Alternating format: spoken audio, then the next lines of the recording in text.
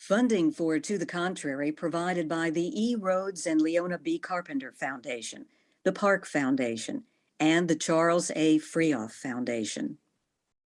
Coming up on To the Contrary, Vice President Kamala Harris enters her second week as the presumptive Democratic presidential candidate, and what a launch she's had.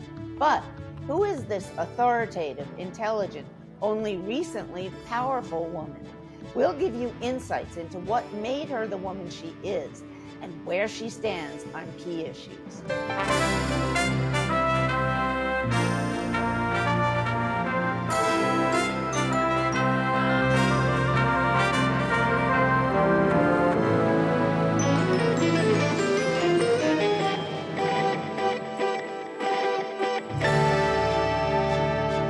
Hello, I'm Bonnie Urbay. Welcome to the Contrary, a discussion of news and social trends from diverse perspectives.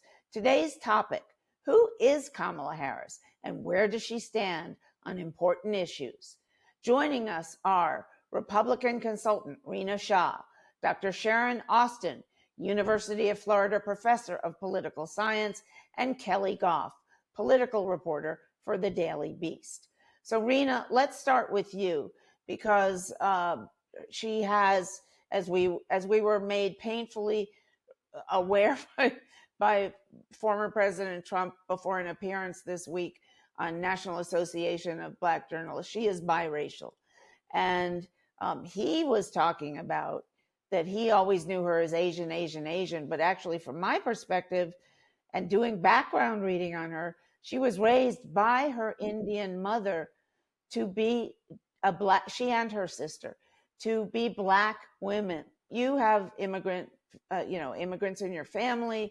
You were raised by an Indian mother. Tell me about how all that makes you feel, and what does it tell you about her as a human being? Well, first, I have to say how exciting this moment is. Despite having made my career in Republican politics, to see a woman of color become a major party's nominee and very, very well be this close to the presidency. Not only did she break that ceiling as a VP, I think this moment demands that all women take an honest look at her. We really should hit reset on her and say, this is a person now that is so close to the Oval Office. How do we look at her? Her background deserves some scrutiny, but she's never made any kind of a secret of it. She's very proudly, like most kids of immigrants, talked about the sacrifices of her parents. You know, her father being of Jamaican descent, her mother being of Indian descent, wearing a sari, being surrounded by her aunties wearing saris, going to India to see her grandparents. I have a lot in common with her in that way, being a daughter of immigrants as well. My father being from Uganda, my mother being from India. And I will say immigrants want one thing for their kids: to do better than they did, to be highly educated. And not only has she cemented her place as the most accomplished and experienced vice president in our nation's history, but also I was struck when I spoke to a friend of mine who's a voting rights expert the other day, and she reminded me that Kamala Harris has not just, excuse me, I pronounce her name like I do sometimes. My paternal grandmother was Kamala as well. So I need to remember. But and it means, as I understand it, Kamala means how she pronounces it. Kamala means lotus in Sanskrit, which I found very interesting. Right. And this another word for lotus is Lakshmi. And so my grandmother was Kamala Lakshmi and I'm Rina Lakshmi. And so we pass these traditions on.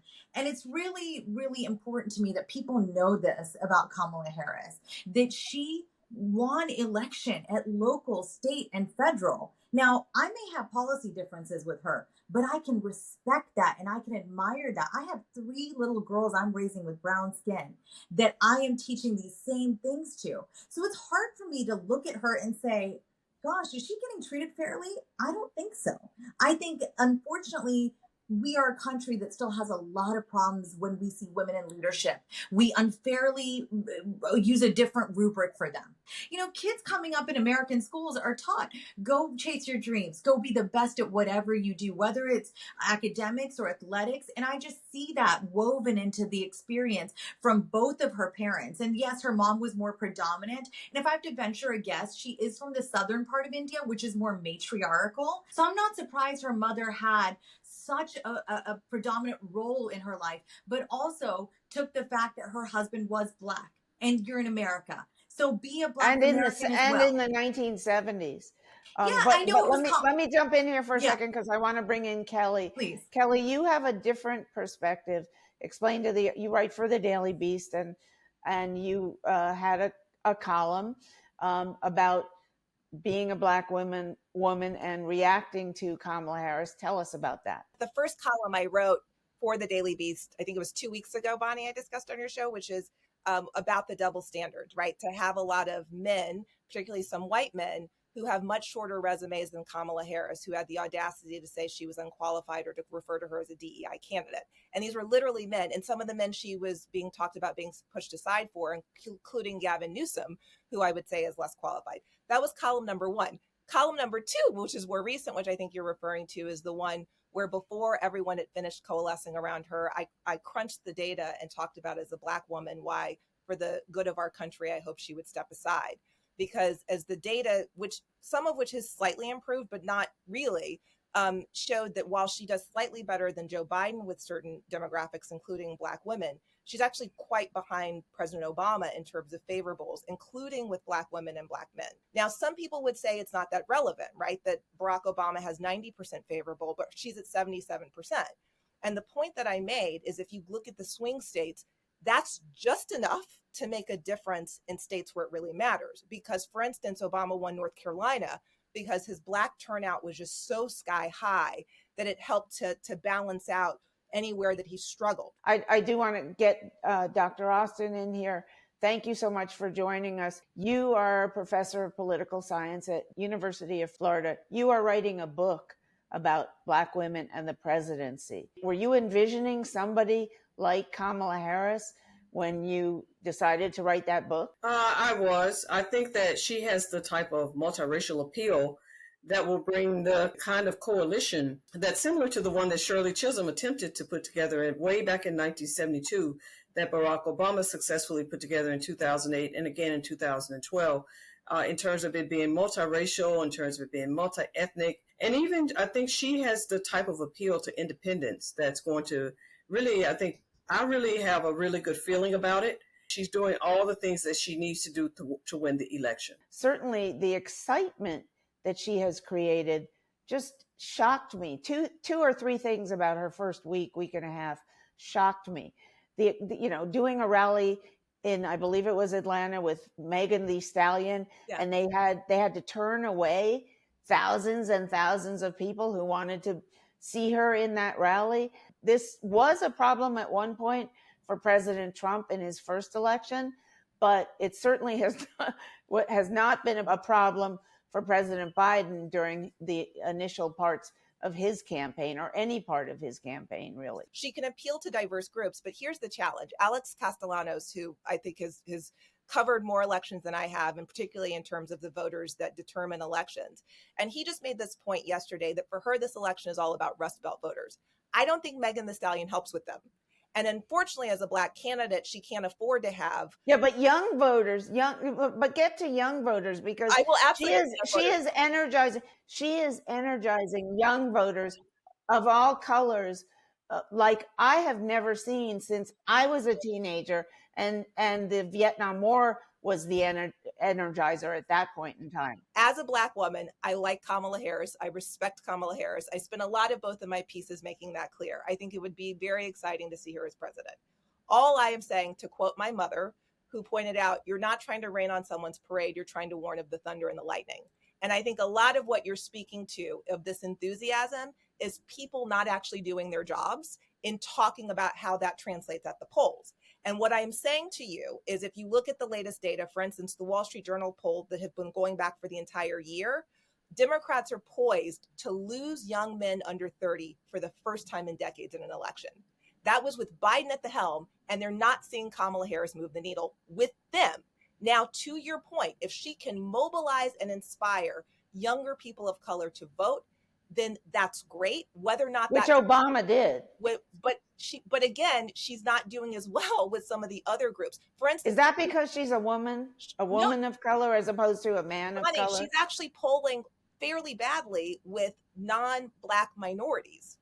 So, I mean, there's a lot going here in the data that I think is unfortunate. It's unflattering. It might not speak well of our country, but it is the facts. And so that's what I'm trying to deal in as an African American woman who doesn't want to have the experience some of us had of being surprised and disappointed.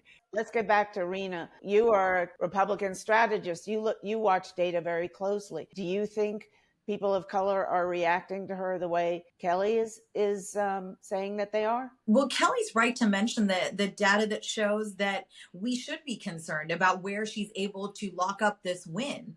Can it be locked up? And I think that was always a fear in that 3 to 4 weeks where the Democrats were openly in disarray, is she going to be the best one to take on Trump?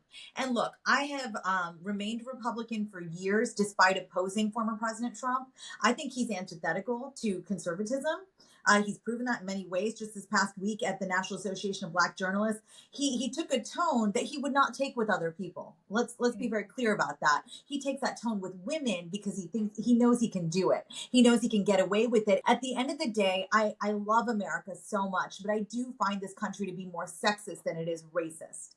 And I say that because my lived experience is similar to Kamala's in that I sometimes don't present as Indian enough to people. I'm born and raised in the southern coalfields of West Virginia. I just want to be American, but I've been othered and othered throughout my life. Oh, you're Indian American. I've been to India 6 times, baby. I'm not Indian.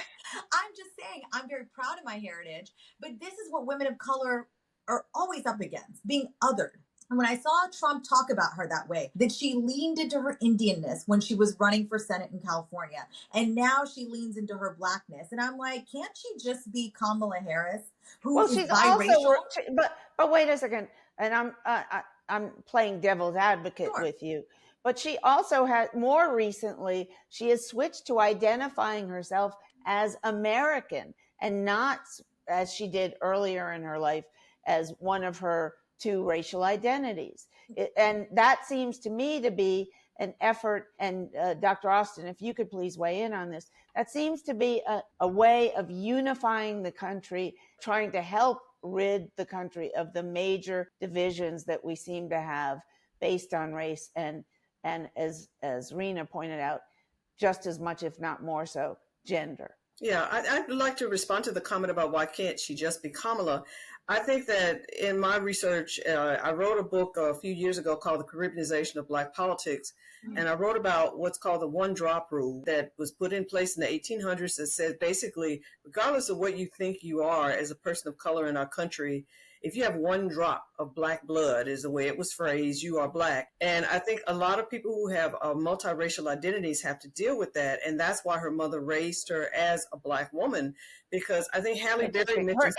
let's point out to the audience that her parents divorced when she was 7. Her mother got sole custody under California law at the time, and decided to raise, even though she was Indian, her children, her 2 daughters, Maya as well, as black. And Halle Berry, I remember mentioned something a few years ago herself as a woman who is biracial. Her mother's white, her father's black. Her mother raised her as a black woman. And she mentioned it's because that's the way people see her. And that's the way people see Kamala Harris. She has an identity. She's not trying to hide either of the aspects of her identity, whether it be Indian or black. I think that that's just the way society labels people. And even Donald Trump just recently proved that when he mentioned, what is she black? Is she Indian? And I think that with a lot of candidates of color, they would like to just be seen as a human being or as an American. But unfortunately, we have such a complex racial history and complex race relations that society points out and focuses on their race and their ethnicity. What's the consensus here among us about whether she can overcome sexism and racism, and whether she can be a unifying figure as opposed to a polarizing figure? Whether or not Donald Trump's appearance at NABJ was a success or not on this issue is all determined on who you think he was speaking to. If you think he was trying to win over the majority of Black voters, it was an utter failure. It was an embarrassment. But I don't think that's who he was speaking to. There is a community, I would say, among Black voters who bizarrely have this issue that Kamala Harris is not authentically Black American because of her upbringing. It's the same criticism Barack Obama faced. Now, I think one of the things he had going to his advantage over this, Bonnie, that she might not, is the fact that Barack Obama, just to be blunt, looks so African American that he was never going to be confused for white, right? You're never going to find a headline that says a white American, partially Black candidate elected to the Senate. Whereas with Kamala Harris, there are headlines that say first Indian American senator. There's the Mindy Kaling video where she says, I identify as Indian. I don't have a problem with that. I don't think that makes her any less Black. But for some reason, there is a group of voters that Donald Trump does not have to win. He just has to play into their fears and stereotypes about that to convince them to stay home. And I think let me raise the point, because you referred to it, and Rina or Dr. Austin jump in. Both President Obama and Kamala Harris are fair-skinned. Right. And all is that because America would never vote in a person of color with dark skin? Dr. Austin can speak to this more than I can, but the first Black Senator, Ed Brooke, looked white. The first Black Governor, Douglas Wilder, looks white. The first Black Congressman elected post-Reconstruction, Adam Clayton Powell, looks white. Our first Miss America, Vanessa Williams, has blue eyes. There's a lot of studies about the preference for white people when it comes to subjective decision-making, i.e. not sports, to lean towards preferences of minorities who look whiter. So okay, let me ask you this very tough question. Is it only a preference of white voters, or is it also a preference of voters of color, and how do they differ? I think it's a preference of among both, but I think it's more so a preference of white voters, because we talk about this in my African American politics class, and the issue of colorism, which basically says that people who have lighter skin, especially women with lighter skin, are thought to be more beautiful, and that even men with lighter skin are thought to be more intelligent. And I think that a lot of people who supported Barack Obama and also who support Kamala Harris would never admit it.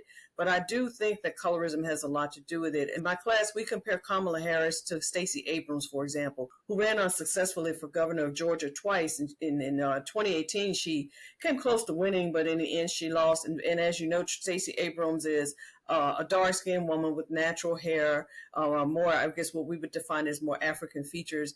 And I think in some sense, maybe that might have been something that a lot of people might have said, that she was less beautiful than Kamala Harris. But whether we want to admit it or not, unfortunately, those are issues that some voters are persuaded by. Okay, and enlighten me, please.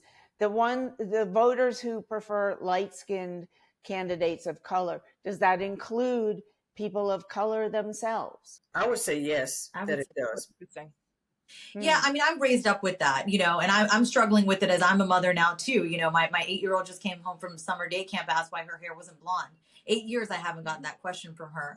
And she said, I wish my hair were lighter, mommy. I don't like it when I get tan, mommy, because she's been in the pool all summer. And I have had books here. We have Black friends, we have brown friends, we have white friends. I've tried to expose her to everything, and I'm still getting this. And my own complicated history with my own immigrant mother asking me to stay out of the sun.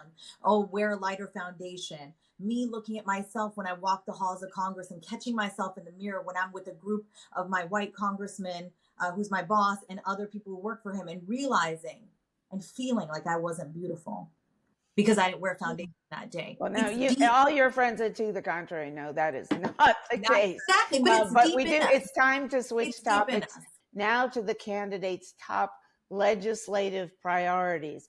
In 2016, when Kamala Harris ran for the Senate, we interviewed her about her priorities. We need strong leadership that recognizes climate change is real, and there is work that we can do to mitigate its harm. There is the work that we need to do to reform the criminal justice system. I've long worked on that. Harris also spoke to the issue of immigration, still a hot topic. When we have an election cycle that is suggesting that our country would somehow tolerate the idea that we would deny people entry into our country because of the God they worship. When we have people who want to be leaders who are suggesting that an individual cannot be a judge in a court of our land because his parents were born in Mexico. We know that the challenges are really great right now, and it requires those of us who are prepared to and have a track record of fighting for our ideals to stand up and say that's not who our country is. And we want leadership that reflects the best of who we are, not the worst of who we are. So, Dr. Austin, I've heard you speak publicly before about that immigration may be the toughest issue for her to navigate. Where does she stand? Is it the same position that she's had throughout her political career? How should she change it, or will she change it after she secures the Democratic nomination? Well, I think that's definitely going to be the toughest issue for her. And we've already seen some evidence of that, because the belief is that she was the border czar during the Biden administration, that she was in charge of the border. Now, as we know, the Department of Homeland Security is in charge of the border. But the truth is that she was sent to certain countries to find out the root causes as to what would cause people to want to immigrate out of their home countries and immigrate undocumented into America. But a lot of people don't believe that. And one of the things that I've mentioned in the past is that it doesn't have to be true. You just have to convince your constituency to believe that it's true. And Donald Trump is really making an effort to convince his constituency and also undecided voters that she was in charge of the border and that she dropped the ball, because there was a surge in the numbers of people who crossed the U.S.-Mexico border. A lot of that was because of the end of the pandemic. But as Kamala Harris has recently pointed out, there was an effort to pass a bipartisan bill that would have made it possible for there to be stronger border enforcement. And she, according to her, said that Donald Trump persuaded Republicans to vote against that. I think the only way she has a shot of winning this election is if she says as little about immigration as humanly possible. Because if she actually says what the progressive base that she needs, what their policies are, she loses swing voters and she loses conservatives.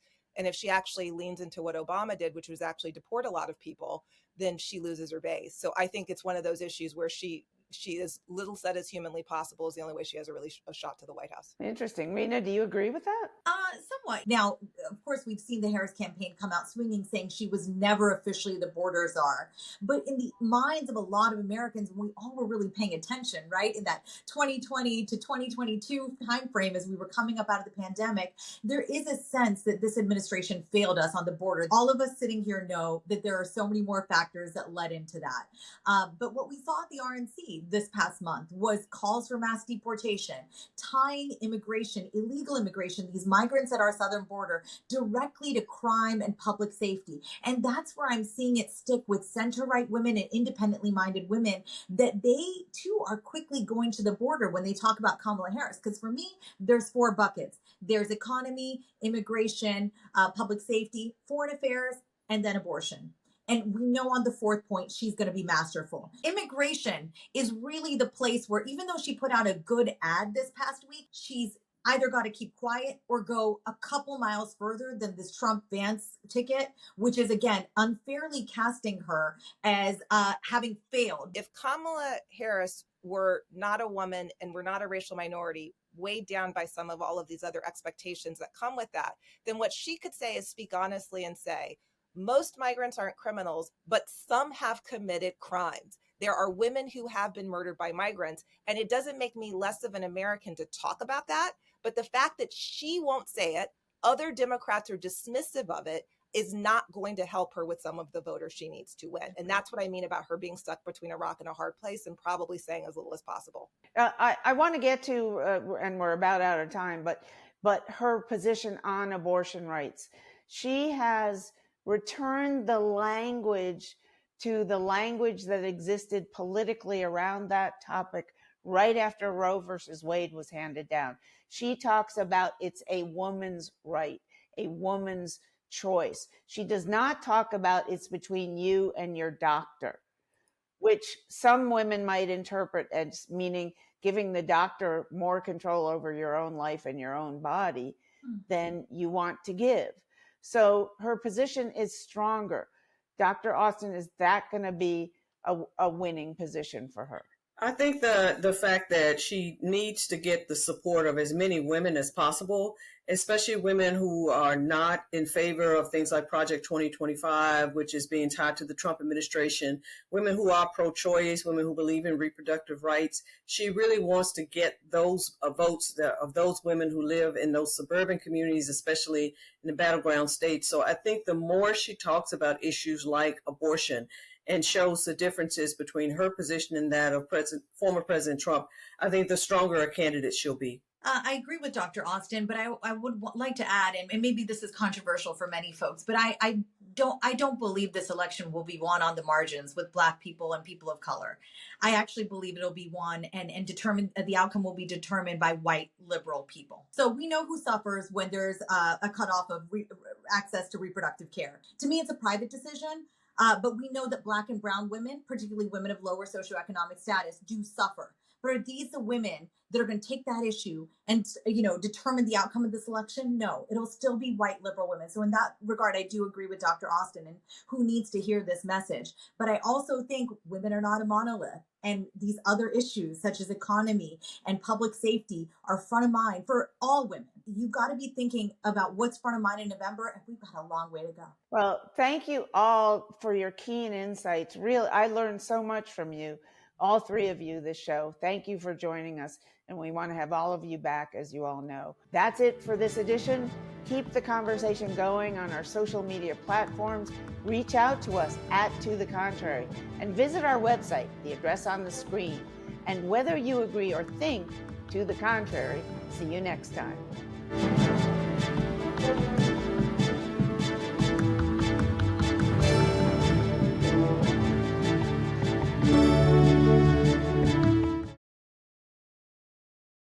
Funding for To the Contrary provided by the E. Rhodes and Leona B. Carpenter Foundation, the Park Foundation, and the Charles A. Freoff Foundation. For a transcript or to see an online version of this episode of To the Contrary, please visit our PBS website at pbs.org/To the Contrary. You're watching PBS.